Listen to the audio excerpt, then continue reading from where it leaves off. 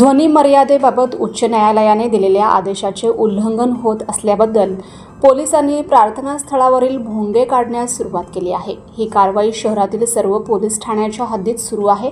गस्ती दरम्यान पोलीस प्रार्थनास्थळावरील भोंग्यांमधून येणाऱ्या आवाजाची तीव्रता मोजतात। ध्वनी मर्यादेचे उल्लंघन होत असल्याचं दिसल्यास अथवा भोंग्याला परवानगी नसल्यास संबंधित विश्वस्तांना समज दिली जाते। त्यानंतरही नियमांचे पालन होत नसेल तर भोंगे काढण्यात येत असल्याची माहिती पोलीस उपायुक्त पंकज अतुलकर यांनी दिली आहे। आतापर्यंत 100हून अधिक प्रार्थनास्थळांवरील भोंगे काढण्यात आल्याची माहिती आहे। प्रार्थनास्थळांवरील भोंग्यांविषयी विधिमंडळात प्रश्न उपस्थित करण्यात आला होता। त्यावर ध्वनी मर्यादेचे उल्लंघन होत असल्यास त्याची जबाबदारी संबंधित पोलीस ठाण्याच्या प्रमुखावर राहील असे मुख्यमंत्री देवेंद्र फडणवीस यांनी सांगितलं होतं। या पार्श्वभूमीवर शहर हद्दीतील प्रत्येक ठाण्याचे निरीक्षक त्यांच्या भागातील प्रार्थनास्थळाच्या ट्रस्टवर असलेल्या मंडळींची बैठक घेत आहेत।